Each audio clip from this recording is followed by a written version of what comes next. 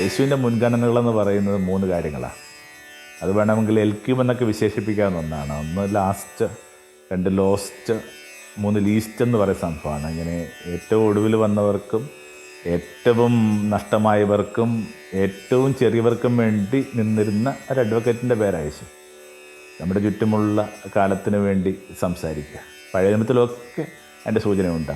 നഗരം നശിക്കുമെന്നൊക്കെ ഉറപ്പുണ്ടാകുമ്പോൾ, തീയും ഗന്ധമൊക്കെ ഇറങ്ങുന്ന ഉറപ്പുണ്ടാകുമ്പോൾ അബ്രഹാം ദൈവത്തോട് ചോദിക്കുന്നുണ്ട്, ഈ കൈവിരൽ എണ്ണാവുന്ന വിധത്തിൽ നീതിമാന്മാരുണ്ടെങ്കിൽ സ്പെയർ അവർ ലാൻഡ്.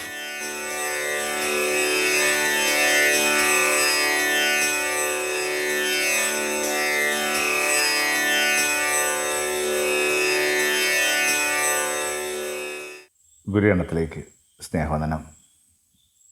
ഫിലോസഫി പഠിച്ചത് തൃശ്ശൂർ കാൽവരി ആശ്രമത്തിലാണ്. അവിടെ ഇങ്ങനെ വളരെ സജീവമായിട്ട് മലയാളം അക്കാഡമിയുണ്ട്. ഭാഷയെ കുറെ കൂടി മിനുക്കിയെടുക്കാനായിട്ട് നമുക്ക് കിട്ടുന്നൊരു വേദിയാണത്. 35 വർഷങ്ങൾക്ക് മുമ്പ് നമ്മളവിടെ സ്റ്റുഡൻസ് ആയിരിക്കുമ്പോൾ ഉള്ളത് പോലെ തന്നെ എല്ലാ കാര്യങ്ങളും വളരെ സജീവമായിട്ട് നടക്കുന്നുണ്ട്. ഇത്തവണത്തെ ഒരു പേപ്പർ പ്രസൻറ്റേഷൻ, അക്കാഡമിയായിട്ട് ബന്ധപ്പെട്ട ഒരു പേപ്പർ പ്രസൻറ്റേഷന് ഒരു മോഡറേറ്റർ എന്ന നിലയിലൊരു ക്ഷണമുണ്ടായിരുന്നു. വിഷയം MDയുടെ 2-ാം മൂഴം എന്ന് പറയുന്ന നോവലായിരുന്നു. വളരെ ഭംഗിയായിട്ട് അതിൻ്റെ വിവിധ അടരുകളെക്കുറിച്ച് അലോഷ്യസ് എന്ന് പറയുന്ന ഞങ്ങളൊരു ചെറിയ സഹോദരൻ സംസാരിച്ചു. പിന്നെ ഡിസ്കഷനാണ്. ആ ഡിസ്കഷനിൽ ആദ്യം ഉയർന്ന ചോദ്യം ഇതായിരുന്നു: എന്തുകൊണ്ട് MD, എന്തുകൊണ്ട് 2-ാം മൂഴം? സ്വാഭാവികമായിട്ടും അലോഷ്യസ് ഭംഗിയായിട്ട് ഉത്തരം കൊടുത്തു. നമുക്കതിനെ കുറച്ചുകൂടി കോംപ്ലിമെൻ്റ് ചെയ്യേണ്ട ഒരു ബാധ്യതയുണ്ടായിരുന്നു. എന്തുകൊണ്ട് MD, എന്തുകൊണ്ട് 2-ാം മൂഴം എന്നൊക്കെ പറയുമ്പോൾ എന്തുകൊണ്ട് പുസ്തകങ്ങൾ നമുക്ക് ആവശ്യമെന്നൊക്കെ കൂടി അതിനൊരു സൂചന കിടപ്പുണ്ട്. വളരെ നല്ലൊരു ലൈബ്രറി ഉണ്ട് അവിടെ. എന്തെങ്കിലുമൊക്കെ നമുക്കൊരു വായനയോടോ എഴുത്തിനോടോ ഒക്കെ ഉള്ള ഒരു ഫ്ലേവർ രൂപപ്പെടുത്തുന്നതിനകത്ത് അവിടുത്തെ ലൈബ്രറിയും സഹായിച്ചിട്ടുണ്ട് വളരെയേറെ. ഇപ്പോൾ മിക്കവാറും നമ്മുടെ ആശ്രമങ്ങളിലൊക്കെ ഇങ്ങനെ വളരെ ഭംഗിയുള്ള ലൈബ്രറികളുണ്ട്. പുസ്തകം അത്ര എളുപ്പകാര്യമല്ല. വളരെയേറെ വിലപിടിപ്പുള്ള ഒന്നായിട്ടാണ് പുസ്തകത്തെ എല്ലാ കാലവും നമ്മൾ പരിഗണിച്ചിട്ടുള്ളത്. ആദ്യം ഡിഫൈൻ ചെയ്യേണ്ടത് എന്തിനു വേണ്ടിയാണ് പുസ്തകങ്ങളെന്നുള്ള. അതിങ്ങനെ പണ്ട് ആശ്രമങ്ങളിലൊക്കെ അഭിമുഖിച്ചൊരു ചോദ്യം അതാ. വളരെ ലളിതമായ, ദരിദ്രമായ, ഫ്രൂഗലായ ജീവിതം ഇവർക്കുണ്ടായിരുന്നു. എന്നിട്ടും അവിടെ എത്തുന്ന സന്ദർശകരെ വിസ്മയിപ്പിച്ചുകൊണ്ട് അക്കാലങ്ങളിൽ കിട്ടാവുന്ന ഏറ്റവും നല്ല പുസ്തകങ്ങൾ അവർ ഗ്രന്ഥപ്പരിലുണ്ടായിരുന്നു. അതിന് മരുഭൂമിയിലൊരു പിതാവ് കൊടുക്കുന്ന ഒരു വിശദീകരണം ഇങ്ങനെയാണ്: ഞങ്ങൾക്ക് വളരെ കുറച്ച് കാര്യങ്ങൾ മതി. ഒരു കോപ്പക്കഞ്ഞിയും നിലത്ത് കിടന്ന് ഉറങ്ങാനായിട്ടൊരു പായയും മാത്രം മതി ഞങ്ങളുടെ ജീവിതത്തിന്. പക്ഷെ അത് മതിയെന്ന് ഞങ്ങളെ പഠിപ്പിച്ചത് ഈ പുസ്തകങ്ങളുടെ ആഡംബരം. ഒറ്റനോട്ടത്തിൽ ആഡംബരമെന്ന് തോന്നിക്കുന്ന ഈ പുസ്തകങ്ങളാണ് ഞങ്ങളുടെ ജീവിതത്തെ ഇങ്ങനെ ഏറ്റവും ലളിതവും ദരിദ്രവുമൊക്കെ ആയിട്ട് സൂക്ഷിക്കുന്നതിനകത്ത് ദിശാബോധം തരുന്നത്. ആ പുസ്തകങ്ങളത് തന്നെ. ഒരുപാടിൻ്റെയൊക്കെ പുസ്തകത്തിൽ ഒരു സ്റ്റേറ്റ്മെൻ്റ് ഉണ്ടല്ലോ, ഇങ്ങനെ ജീവൻ്റെ ഗ്രന്ഥം തുറക്കപ്പെട്ടു, മറ്റു പുസ്തകങ്ങൾ. എങ്ങനെ വേണമെങ്കിൽ നിങ്ങൾക്കതിനെ വ്യാഖ്യാനിച്ചെടുക്കാം. ഞാൻ പലപ്പോഴും വിചാരിക്കുന്നു, ഭൂമിയിൽ മനുഷ്യന് മീതെ എഴുതപ്പെട്ടുള്ള എല്ലാ ഗ്രന്ഥങ്ങളും കൂടി നിങ്ങളുടെ ജീവിതത്തെ വിലയിരുത്തുന്നുണ്ട്. ആ പുസ്തകങ്ങളൊക്കെ വായിക്കാതെ പോയത് എന്തുകൊണ്ടാണ്? വായിച്ചിട്ട് എന്തുകൊണ്ടാണ് നിങ്ങൾക്ക് ഭേദപ്പെട്ട ജീവിതം ഉണ്ടാകാതെ പോയത്? സ്വാഭാവികമായിട്ട് അങ്ങനൊരു പുസ്തകങ്ങളുടെ പ്രസക്തി ഉണ്ട്. ഇനി എന്തുകൊണ്ട് ഈ പറഞ്ഞ 2-ാം മൂഴം എന്ന് പറയുന്ന ഒന്ന്, അല്ലെങ്കിൽ എന്തുകൊണ്ട് MD എന്ന് പറയുന്നൊരു മനുഷ്യൻ നമുക്ക് പരിചയമുള്ള ചില കഥകളൊക്കെ ഇങ്ങനെ തിരുത്തിയെടുത്തിട്ടൊരു മനുഷ്യനാണ്. നമ്മൾ വഞ്ചകരായിട്ടും നമ്മൾ പരിഹസിക്കുകയും നമ്മൾ ചതിയന്മാരായിട്ടും ഒക്കെ കണക്കാക്കിയിരുന്ന മിക്കവാറും കഥാപാത്രങ്ങൾക്ക് മറ്റൊരു വായന സാധ്യമാണെന്ന് നമ്മുടെ ഒരു ദേശത്തോട് പറഞ്ഞുകൊണ്ടിരുന്ന ഒരാൾ MD തന്നെയാണെന്ന് തോന്നുന്നു. ഒരു ഹൃദയപക്ഷത്തു നിന്നുള്ള വായന അയാൾക്കുണ്ടായിരുന്നു. രണ്ടാം മുഴം തന്നെ എടുക്കുക. രണ്ടാം മുഴം എന്ന് പറയുന്നത് ഭീമൻ്റെ കഥയാണ്. അയാൾ മന്ദൻ എന്നൊരു വാക്കാണ് സഹോദരന്മാർ വിളിക്കാനായിട്ട് ഉപയോഗിച്ചുകൊണ്ടിരുന്നത്. അതിന് മീതെ ക്ഷുഭിതനാവുന്നൊക്കെ ഉണ്ട്. അയാളുടെ തടി എന്ന് പറയുന്നത് നമ്മൾ പറയുന്ന ആ ബോഡി ഷെയ്മിങ്ങിൻ്റെയൊക്കെ ഏറ്റവും കൃത്യമായിട്ടുള്ള നമ്മുടെ ദേശത്തെ ഒരു സൂചന എന്ന് പറഞ്ഞ ഭീമനാണ്. തടിയനായ ഒരു മനുഷ്യനോട് നമ്മൾ ഉപയോഗിക്കുന്ന വാക്കാണിത്. ആ ശരീരം തടിച്ച മനുഷ്യർക്ക് ബുദ്ധി കുറവായിരിക്കുമെന്നൊക്കെ ഒരു സങ്കല്പം ഇപ്പോൾ പോലും മനുഷ്യർ പുലർത്തുന്നുണ്ട്. ഈ സർദാർജി ഫലിതങ്ങളൊക്കെ അങ്ങനെയാണ് വരുന്ന അവസരത്തിൽ. ഒരു പൊതുവെ മറ്റു ദേശങ്ങളിലെ മനുഷ്യരെക്കാൾ വലിപ്പമുള്ള മനുഷ്യരായിരുന്നു. ശരീരം കുറച്ചുകൂടി പുഷ്ടിയുള്ളതായിരുന്നു. അവരവരുടെ ആരോഗ്യത്തെ ശ്രദ്ധിച്ചിരുന്നു. അങ്ങനെ ആരോഗ്യത്തെയും ശരീരത്തെയും ഒക്കെ ശ്രദ്ധിക്കുന്ന മനുഷ്യർക്ക് ബൗദ്ധികമായ ചില ഭംഗികളോ ബലമോ ഒക്കെ ഇല്ലാതെ പോകുമെന്ന് പറയുന്ന ഒരു മിത്ത്. ആ മിത്തിനകത്തുനിന്നാണ് ഇത്തരം അപമാനങ്ങളൊക്കെയും ഫലിതങ്ങളൊക്കെ രൂപപ്പെടുന്നത്. അപ്പോൾ ഇവർക്കൊക്കെ തൻ്റേതായ രീതിയിൽ ഇങ്ങനെ എഴുത്തിലൂടെ മോക്ഷം കൊടുക്കാനായിട്ട് അയാൾ ശ്രമിച്ചുകൊണ്ടിരുന്നു. ചതിയൻ ചന്തു എന്നൊക്കെ പറയുന്ന അതൊക്കെ എന്താണ് വാസ്തവത്തിൽ? അയാൾക്ക് വേണ്ടി വേറൊരു വായന. പെരുന്തച്ഛൻ എന്ന് പറയുന്ന മകനെ കൊന്നു തനിക്ക് മീതെ വളരാനായിട്ട് ഒന്നിനെ അനുവദിക്കില്ലെന്ന് കരുതുന്ന അച്ഛനെന്ന് പറയുന്ന ഒരു സങ്കല്പത്തെയൊക്കെ ഹെവിയാക്കി നമ്മളുള്ളിൽ രൂപപ്പെടുത്തിയ അയാൾക്ക് വേണ്ടി മറ്റൊരു വായന. അപ്പോൾ ഒരു പക്ഷേ എവിടെ ഈ മനുഷ്യൻ്റെ ഉള്ളിൽ എം ഡി എന്ന് പറയുന്ന എഴുത്തുകാരൻ്റെ ഉള്ളിൽ അങ്ങനെ ഒരു സംഭവം ഉണ്ടാകും. ഇങ്ങനെ അപമാനിതരായ മനുഷ്യർക്ക് വേണ്ടിയും തെറ്റിദ്ധരിക്കപ്പെട്ട മനുഷ്യർക്ക് വേണ്ടിയും സംസാരിച്ചു തുടങ്ങുക. ആ അർത്ഥത്തിൽ ഒരു വൈദിക സെമിനാരിയിൽ നിശ്ചയമായിട്ടും ഈ ഒരു പുസ്തകത്തിന് പ്രസക്തിയുണ്ട്. കാരണം അപമാനിതരായ മനുഷ്യരോടൊപ്പം നിൽക്കാനായിട്ടുള്ള പരിശീലനമായിട്ട് സന്യാസ വൈദിക പരിശീലനത്തെയൊക്കെ നമ്മൾ ഒന്നുകൂടി റീവിസിറ്റ് ചെയ്യേണ്ട ബാധ്യതയുണ്ട്. എപ്പോഴും അങ്ങനെ ഒരു ആളെന്ന നിലയിലാണ് നമ്മൾ യേശുവിനെ പോലും പരിചയപ്പെടുന്നത്. എവിടെയൊക്കെ തൻ്റെ കാലത്തിലും തൻ്റെ പരിസരത്തിലുമൊക്കെ മനുഷ്യർക്ക് അപമാനിതരാകാൻ സാധ്യതയുണ്ടോ അവിടെയൊക്കെ യേശു അവരുടെ എത്ര ഭംഗിയായിട്ടാണ് അവർ റെസ്ക്യൂ ചെയ്യുന്നത്. നമ്മളിപ്പോൾ പറയുന്നത് അത്തരം ചില സൂചനകൾ വിളിക്കുന്ന വാക്ക് ഇമോഷണൽ ഇൻ്റലിജൻസ് എന്ന് പറയുന്നത് വൈകാരിക ബുദ്ധി.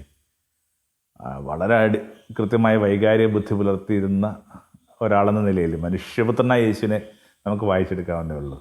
ചുറ്റിന് എന്തൊരു പ്രതിസന്ധി ഉണ്ടാകുമ്പോൾ ഇപ്പോൾ എത്ര വേണമെങ്കിലും നിങ്ങൾക്ക് ആ ഒരു കണ്ണ് വെച്ചുകൊണ്ട് വായിക്കുകയാണെങ്കിൽ സുവിശേഷത്തിൽ നിന്ന് ഇലസ്ട്രേഷൻസ് എണ്ണിയെടുക്കാൻ പറ്റും. ഇപ്പം ശിഷ്യന്മാർ ഇങ്ങനെ ശാപത്ത് ലംഘിച്ചു, അതിൻ്റെ കൂടെ ഒരു കവർന്നു എന്നൊരർത്ഥം കൂടിയുണ്ട്. വാസ്തവത്തിൽ അത് കവർച്ചയല്ല. യാത്ര ചെയ്യുന്ന മനുഷ്യർക്ക് വയൽവരമ്പിൽ നിന്ന്, കാരണം ദീർഘമായ യാത്രയാണ്, ദീർഘമായ വയലുകളാണ്, വഴിയോരങ്ങളിൽ നമുക്കറിയാവുന്ന കണക്ക് എന്തെങ്കിലും ഒരു ഭക്ഷണം വാങ്ങാനുള്ള സൗകര്യങ്ങളില്ല. അവർക്കിങ്ങനെ കതിർമണികൾ എടുക്കാനുള്ള അവകാശം ഓൾറെഡി ഉണ്ട്. എല്ലാം കൂടി ചേർന്നിട്ടൊരു സംഭവമാണ്. വിശപ്പും ഈ പറയുന്ന എല്ലാം കൂടി ചേർന്നിട്ടൊരു അപമാനം വീരെ വന്ന് വീഴുകയാണ്. അവരെന്തുകൊണ്ടാണ് ഈ കതിർമണികൾ ഈ സാപത്തെന്ന് പറയുന്നൊരു സംഭവമാണ് അതിനകത്ത് ഏറ്റവും പ്രധാനപ്പെട്ടായിട്ടുള്ള പ്രശ്നം. സാപത്ത് ലംഘനം കൂടിയായിട്ടാണ് അനുഭവപ്പെടുന്നത്. എന്തുകൊണ്ടാണ് അവർ സാപത്ത് ലംഘിച്ചെന്നൊക്കെ ചോദിക്കുമ്പോൾ യേശു എത്ര ഭംഗിയായിട്ടാണ് അവരെ പ്രൊട്ടക്റ്റ് ചെയ്യുന്നത്. ആ ചെറിയ മക്കളെ ഇങ്ങനെ പൊതിഞ്ഞ് നിൽക്കുന്നത്. യേശു പറഞ്ഞു അതിനകത്തൊന്നും വലിയ കഥയൊന്നുമില്ല. നിങ്ങൾക്ക് അറിയാവുന്ന കണക്ക് ഇങ്ങനെ ദാവീദുണ്ടായിരുന്നു. ദാവീദിന് വിശന്നപ്പോൾ എന്ത് ചെയ്യുമെന്ന് നിങ്ങൾ വായിച്ചിട്ടില്ലേ? ഇങ്ങനെ പുരോഹിതന്മാർക്ക് മാത്രം കഴിക്കാവുന്ന കാഴ്ചയപ്പം ദേവാലയത്തിൻ്റെ ശ്രീകോവിൽ കയറി പ്രവേശിച്ച് ഭക്ഷിച്ചു, തൻ്റെ കൂട്ടുകാർക്കും കൊടുത്തു. അപ്പം അതുമായിട്ടൊക്കെ തുല്യം ചെയ്യുമ്പോൾ ഇത് ചെറിയ കാര്യമാണ്. വസ്തുത്തിൽ ഇങ്ങനെ ദാവീദിൻ്റെ പുത്രൻ എന്നൊരു വിശേഷണം യേശുവിനുണ്ട്. അങ്ങനെയെങ്കിൽ തൻ്റെ മുത്തച്ഛൻ്റെമായിട്ട് ബന്ധപ്പെട്ട അല്ലെങ്കിൽ തൻ്റെ ഏതോ ഒരു ജനിതക ഈ പറയുന്ന ലിനേജിൽപ്പെട്ട ഒരാളുടെ അത്ര നല്ലതല്ലാത്ത കാര്യങ്ങൾ വീണ്ടും സൂചിപ്പിച്ച് യേശു വാസ്തവത്തിൽ സംരക്ഷിക്കാൻ ശ്രമിക്കുന്നത് തൻ്റെ ഈ കൊച്ചുമക്കളെ. അതിനകത്ത് കുറച്ച് നമ്മളുടെ ഒരു സൽപ്പേരിനൊക്കെ അപമാനമുണ്ടായാലും കുഴപ്പമില്ല. ഇതിൻ്റെ ഒരു വ്യത്യാസം നിങ്ങൾക്ക് പിടുത്തം കിട്ടണമെങ്കിൽ നിങ്ങളൊരു അധ്യാപികയാണെന്ന് വിചാരിക്കുക. കുട്ടികളുമായിട്ട് നെല്ലിയാമ്പതിയിൽ പിക്നിക്കിന് പോയി. അവിടെ ഇങ്ങനെ നിറയെ ഓറഞ്ചൊക്കെ പൂത്തിരിക്കുന്ന കാലമാണ്. കുട്ടികൾ അതിനകത്തൊക്കെ വലിഞ്ഞു കയറി കമ്പൊടിച്ചും പഴം പൊട്ടിച്ചും ഒക്കെ പോകുമ്പോൾ അതിൻ്റെ നടത്തിപ്പുകാർ വന്നിട്ട് ചോദിക്കുന്നുണ്ട്, "ഇത് എവിടുത്തെ കുട്ടികളാണ്? ഇങ്ങനെയാണോ കുട്ടികളെ പെരുമാറാൻ നിങ്ങൾ പഠിപ്പിച്ചിട്ടുള്ളത്?" ഒരു അധ്യാപിക എന്ന നിലയിൽ വാസ്തവത്തിൽ നിങ്ങൾ കുട്ടികളെ പ്രൊട്ടക്റ്റൊന്നും ചെയ്യാൻ പോകുന്നില്ല. നിങ്ങൾ ചെയ്യാൻ പോകുന്ന ഒറ്റ കാര്യം മാത്രമേ ഉള്ളൂ, ഇതാണോ ഞങ്ങൾ നിങ്ങളുടെ അടുത്ത് പറഞ്ഞിരിക്കുന്നത്? ഇതാണോ നെല്ലിയാമ്പതിൽ ഇറങ്ങിയപ്പോൾ നിങ്ങളോട് പറഞ്ഞ് പുറത്തേക്ക് വിട്ടത്? അപ്പം നമ്മൾ ഏതൊരു ഘട്ടത്തിലും നമുക്ക് ബുദ്ധിമുട്ടുണ്ടാക്കുന്ന അല്ലെങ്കിൽ നമ്മളിലേക്ക് നീളുന്ന, പരോക്ഷമായിട്ട് നീളുന്ന ഒരു ആരോപണമാണെന്ന് തോന്നലുണ്ടാകുമ്പോൾ തന്നെ നമ്മൾ അലേർട്ടാണ്. നമ്മളൊരു തരത്തിലും ആരെയും സംരക്ഷിക്കാനോ ശ്രദ്ധിക്കാനോ ശ്രമിച്ചില്ല. അവിടെയാണ് യേശു ഇങ്ങനെ ഭൂമിയുടെ ഏറ്റവും നല്ല അഡ്വക്കേറ്റായിട്ട് മാറുന്നത്. പാരക്ലേറ്റ് എന്ന് പറഞ്ഞൊരു വാക്ക് ഇങ്ങനെ യേശുവിന് വേണ്ടി ഉപയോഗിക്കുന്നുണ്ട്, യേശു പരിസ്ഥാലമാന് വേണ്ടി ഉപയോഗിക്കുന്നുണ്ട്. ആശ്വാസകനെന്നോ അഡ്വക്കേറ്റ് എന്നോ കൗൺസിലർ എന്നോ ഒക്കെ നിലയിൽ ഹെൽപ്പർ എന്നൊക്കെ അർത്ഥത്തിൽ വരുന്ന ഒരു ഗ്രീക്ക് വാക്കാണിത്. ഇംഗ്ലീഷിൽ അത് മിക്കവാറും ട്രാൻസ്ലേറ്റ് ചെയ്യപ്പെടുന്നത് അഡ്വക്കേറ്റ് എന്ന് പറയുന്ന. അപ്പോൾ അപമാനിതരായ മനുഷ്യർ, ചുരുങ്ങിപ്പോകുന്ന മനുഷ്യർ, വിളിമ്പിപ്പെട്ടു പോകുന്ന മനുഷ്യർ, തലകുനിയേണ്ടി വരുന്ന മനുഷ്യർ, ഇവരുടെയൊക്കെ അഡ്വക്കേറ്റ് ആകാൻ പറ്റുമോ ഇല്ല എന്നുള്ള വലിയൊരു അന്വേഷണമുണ്ട്. നമ്മൾ ആർക്ക് വേണ്ടിയാണ് സംസാരിക്കുന്നത്? നമ്മൾ ആരോടൊപ്പമാണ്? ആർക്ക് വേണ്ടി നമ്മൾ നിന്നു എന്നുള്ളതും വല്ല മാനദണ്ഡമാണ്. ദീർഘമായ നിങ്ങളുടെ ജീവിതത്തിനകത്ത് നിങ്ങൾ ആർക്ക് വേണ്ടി നിന്നു? നിങ്ങൾ ആരോടൊപ്പമായിരുന്നു? അപ്പോൾ ഞാൻ ആ സെമിനാരിലും ചെറിയ മക്കളോട് പറയാൻ ഉദ്ദേശിച്ചത് ഇത്രയേ ഉള്ളൂ. യേശുവിൻ്റെ മുൻഗണനകളെന്ന് പറയുന്നത് 3 കാര്യങ്ങളാണ്. അത് വേണമെങ്കിൽ എൽക്യൂം എന്നൊക്കെ വിശേഷിപ്പിക്കാവുന്ന ഒന്നാണ്. 1 ലാസ്റ്റ്, 2 ലോസ്റ്റ്, 3 ലീസ്റ്റ് എന്ന് പറയുന്ന സംഭവമാണ്. ഇങ്ങനെ ഏറ്റവും ഒടുവിൽ വന്നവർക്കും ഏറ്റവും നഷ്ടമായവർക്കും ഏറ്റവും ചെറിയവർക്കും വേണ്ടി നിന്നിരുന്ന ഒരു അഡ്വക്കേറ്റിൻ്റെ പേരാണ് യേശു. ഇവിടെ നിങ്ങൾ ഈ അഡ്വക്കേറ്റ് ആകുക എന്ന് പറയുന്ന സംഭവമുണ്ട്. എനിക്ക് ചിലപ്പോൾ തോന്നാറുണ്ട്, ഇങ്ങനെ എന്തെങ്കിലും നമ്മൾ ഏർപ്പെടുന്ന തൊഴിലുകൾക്ക് എല്ലാ തരത്തിലും യേശുവിൻ്റെ ഒരു നിഴലുണ്ട്. നമ്മൾ ഏർപ്പെടുന്ന എല്ലാത്തരം കരിയറിനകത്തും യേശുവിൻ്റെ പ്രകാശമുള്ള നിഴൽ വീണിട്ടുണ്ട്. അത് ഏറ്റവും ശക്തമായിട്ട് വീണ് കിടക്കുന്നത് ഈ അഡ്വക്കേറ്റ് എന്ന് പറയുന്ന ഒരു തൊഴിലാണെന്ന് എനിക്കിപ്പോൾ തോന്നുന്നത്. കുട്ടിക്കാലത്ത് അങ്ങനെയല്ല കരുതിയിരുന്നത്. കാരണം ഞങ്ങളുടെ ഫ്രാൻസിസ്കൻ പാരമ്പര്യങ്ങൾക്കകത്തൊക്കെയുള്ള ചില കഥകളൊക്കെ തിരിച്ച് ചിന്തിക്കാൻ വേണ്ടി നമ്മളെ പ്രേരിപ്പിച്ചിട്ടുണ്ട്. ഉദാഹരണത്തിനായിട്ട് ഒരു ഫ്രാൻസിസ്കൻ ഒരു ആദ്യകാലത്തെ ഡിസൈപ്പിൾ എന്ന് പറയുന്നത്, ഫ്രാൻസ് ഡിസൈപ്പിൾ എന്ന് പറയുന്നത് ഇങ്ങനെ അഡ്വക്കേറ്റാണ്. അപ്പോൾ അയാളെക്കുറിച്ച് പറയുന്ന ഒരു കഥ, അത് കഥ മാത്രമാണ്. അതിങ്ങനെ ഞങ്ങൾ നോവിഷ്യറ്റ് എന്ന് പറയുന്നൊരു ഘട്ടത്തിൽ പറഞ്ഞിട്ട് അത് കഥയാണെന്ന് പറഞ്ഞ് തന്നെയാണ് അവസാനിപ്പിച്ചത്. പക്ഷേ ഇത് ഇങ്ങനെ ഇയാൾക്ക് എങ്ങനെ ഈ മാനസാന്തരം ഉണ്ടായെന്നുള്ള, ഇയാളിങ്ങനെ വയലിലൂടെ നടന്നു പോകുമ്പോഴേക്കും ഒരു കൃഷിക്കാരൻ തൻ്റെ പന്നിക്കൂട്ടത്തെ ഇങ്ങനെ കൂട്ടിലേക്ക് കയറ്റിക്കൊണ്ടിരിക്കുക. അപ്പോൾ ഈ പന്നിക്കൂട്ടത്തെ കൂട്ടിലോട്ട് കയറ്റുന്നതിനിടയിൽ ഇയാൾ ഒരു പാട്ട് പാടുന്നുണ്ട്. ആ പാട്ടിൻ്റെ അർത്ഥം ഇങ്ങനെയാണ്: വക്കീലന്മാർ കൂട്ടമായിട്ട് നരകത്തിലോട്ട് പോകുന്ന കണക്ക് പന്നിക്കൂട്ടമേ ഇങ്ങനെ കൂട്ടിലേക്ക് പോകാമെന്ന് പറയാം. ഇത് ഈ മനുഷ്യൻ്റെ ഉള്ളിൽ വല്ലാത്തൊരു പ്രതിസന്ധി ഉണ്ടാക്കിയാണ്. എന്താണ് ഈ പറയുന്നത്? വക്കീലന്മാർ ശരിക്കും നരകത്തിൽ പോവുമോ? ഇപ്പം എനിക്ക് അങ്ങനെയല്ല തോന്നുന്നത്. അവരാണ് ഈ കുറ്റാരോപിതരായ മനുഷ്യർക്ക് വേണ്ടി സംസാരിക്കുന്നത്. വസ്തുതയിൽ കുറ്റാരോപിതരായ മനുഷ്യർക്ക് വേണ്ടി സംസാരിച്ചു കൊണ്ടിരുന്ന, അപമാനിതരായ മനുഷ്യർക്ക് വേണ്ടി സംസാരിച്ചു കൊണ്ടിരുന്ന ഒരാളെന്ന നിലയിലായിരിക്കണം യേശുവൊക്കെ ഇങ്ങനെ തൻ്റെ കാലത്തിനും അപ്പുറത്തേക്ക് നമ്മുടെ ഉള്ളിലോട്ടൊക്കെ വന്ന് പ്രകാശിക്കുന്നത്. ഉടനീളം അതാ പറഞ്ഞു വരുമ്പോൾ ആദ്യത്തെ ഫ്രാൻസിസ്കൻ ഡിസൈപ്പിൾ, ഫ്രാൻസിസിൻ്റെ സമൂഹത്തിലേക്ക് വന്ന ആദ്യത്തെ വ്യക്തി, അതൊരു സമൂഹം രൂപപ്പെടുത്താനായിട്ട് ഫ്രാൻസിസ് താല്പര്യമില്ലായിരുന്നു. ബെർണാഡ് എന്ന് പറയുന്ന ഒരാളാണ്. അയാൾ നിയമജ്ഞനാണ്, ലോയറെന്നോ അഡ്വക്കേറ്റ് എന്നൊക്കെ വിശേഷിപ്പിക്കാവുന്ന ഒരാളാണ്. അയാൾ വളരെ എന്ത് ചെയ്യുന്നുണ്ട്, വേറെ ക്രിട്ടിക്കലായിരുന്നു ഫ്രാൻസിസിനെ കുറിച്ച്. പക്ഷെ ഒരു രാത്രിയിൽ ഒരു സഹവാസത്തിന് ശേഷം ഈ മനുഷ്യൻ ഭംഗിയായിട്ട് ഫ്രാൻസിനെ അസസ് ചെയ്യുകയും ഈ പറയുന്ന ഫ്രാൻസിസ്കൻ സമൂഹത്തിലേക്ക് ചേരുകയും ചെയ്യുക. അപ്പോൾ ആദ്യത്തെ ഞങ്ങളുടെ ഒരു ഫ്രാൻസിസ്കൻ ബ്രദർ എന്ന് പറയുന്നത് പോലെ ലോയറാണ്. അപ്പോൾ പറഞ്ഞു വരുന്നത് ഇങ്ങനെ മനുഷ്യർക്ക് വേണ്ടി ചിന്തിക്കുക, മനുഷ്യർക്ക് വേണ്ടി ശുപാർശ ചെയ്യുക. ഇപ്പോൾ എനിക്ക് വെറുതെ ഒരു ശുപാർശ കൊണ്ടൊക്കെ ചിലപ്പോൾ മനുഷ്യർക്ക് മെച്ചപ്പെട്ട ഒരു സാഹചര്യമോ മെച്ചപ്പെട്ട ശ്രദ്ധയൊക്കെ കിട്ടും. ഇപ്പോൾ ഒരു കോളേജിൽ അധ്യാപികയായിരുന്ന, മലയാളത്തിലൊക്കെ ഭംഗിയായിട്ട് എഴുതിക്കൊണ്ടിരിക്കുന്ന ഒരു സ്നേഹിത എന്ന് വിശേഷിപ്പിക്കാവുന്നൊരു വ്യക്തി നമുക്കറിയാം. അപ്പോൾ അവരിങ്ങനെ ഇൻ്റർവ്യൂവിന് ചെല്ലുമ്പോഴാണ് അന്ന് ഇങ്ങനെ ശരിക്കും ലേലം പറഞ്ഞു പോകുന്ന രീതിയിലാണ് കാര്യങ്ങൾ. മെരിറ്റൊക്കെ അത്ര ഗൗരവമായിട്ട് എടുക്കുന്നതിന് തുടങ്ങിയ ഒരു അത്തരം ഒരു ടെംപ്ലേറ്റ്സ് ഒന്നും ഇല്ലാത്തിരുന്ന കാലത്തിനകത്ത് സ്ഥാപനത്തിന് വേണ്ടി കൂടുതൽ പണം ആർക്ക് കൊടുക്കാൻ പറ്റുമോ അത് വെച്ചുകൊണ്ടുള്ളൊരു കാര്യങ്ങളൊക്കെ നടന്നു പോകുമ്പോഴേക്കും അവരുടെ കൈവശം ഉണ്ടായിരുന്നത് ആകപ്പാട് MK സാൻ എന്ന് പറയുന്ന സാത്വികനായിട്ടുള്ള നമ്മുടെ ഈ നാട്ടിലെ ഏറ്റവും മുതിർന്ന സാംസ്കാരിക പ്രവർത്തകൻ, എഴുത്തുകാരനാണ്. ഈ അച്യുതാനന്ദൻ സാറിനെ കുറിച്ചൊക്കെ പറയുന്ന കണക്ക് തന്നെ അദ്ദേഹമൊക്കെ തമ്മിൽ എല്ലാ കാലത്തിലുമൊക്കെ ഇങ്ങനെ ഇടപെട്ടുകൊണ്ടിരിക്കുന്നതാണ്. വിശേഷം കേരളം സംഭവിക്കുന്ന എല്ലാ കാര്യങ്ങൾക്കും അതൊരു ശ്രദ്ധയുള്ളതാണ്. ഈ ഇദ്ദേഹം എഴുതിയിട്ടുള്ളൊരു 2 വരി കത്ത് മാത്രമാണ് ഇവരുടെ ആത്മവിശ്വാസം. 2 വരി കത്തിനെ അവഗണിക്കാനായിട്ട് ഇൻ്റർവ്യൂ ബോർഡിന് കഴിയുന്നില്ല. ഒരൊറ്റ 2 വരി കത്തിൻ്റെ ബലത്തിലാണ് അവരിങ്ങനെ അധ്യാപികയായിട്ട് മാറുന്നത്. ചില നേരങ്ങളിൽ നമ്മുടെയൊക്കെ നാമത്തിന് ഇത്തിരി ഉടവ് സംഭവിച്ചാൽ പോലും കുറച്ചുകൂടി ഇങ്ങനെ മനുഷ്യർക്ക് വേണ്ടി വാദിക്കാനും മനുഷ്യർക്ക് വേണ്ടി ശുപാർശ ചെയ്യാനും ഒക്കെ പറ്റുന്ന ഒരു മനോഭാവം ഇങ്ങനെ യേശുവിനടുത്ത മനോഭാവമാണ് തോന്നുന്നു.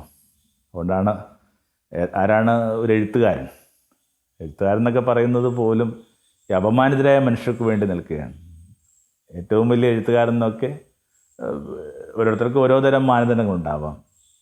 എനിക്ക് ഇഷ്ടപ്പെട്ട എഴുത്തുകാരെന്നൊക്കെ ചോദിച്ചെന്നാൽ എനിക്ക് പറയാനായിട്ടുള്ളത് ഒറ്റ പേര് മാത്രമേ ഉള്ളൂ.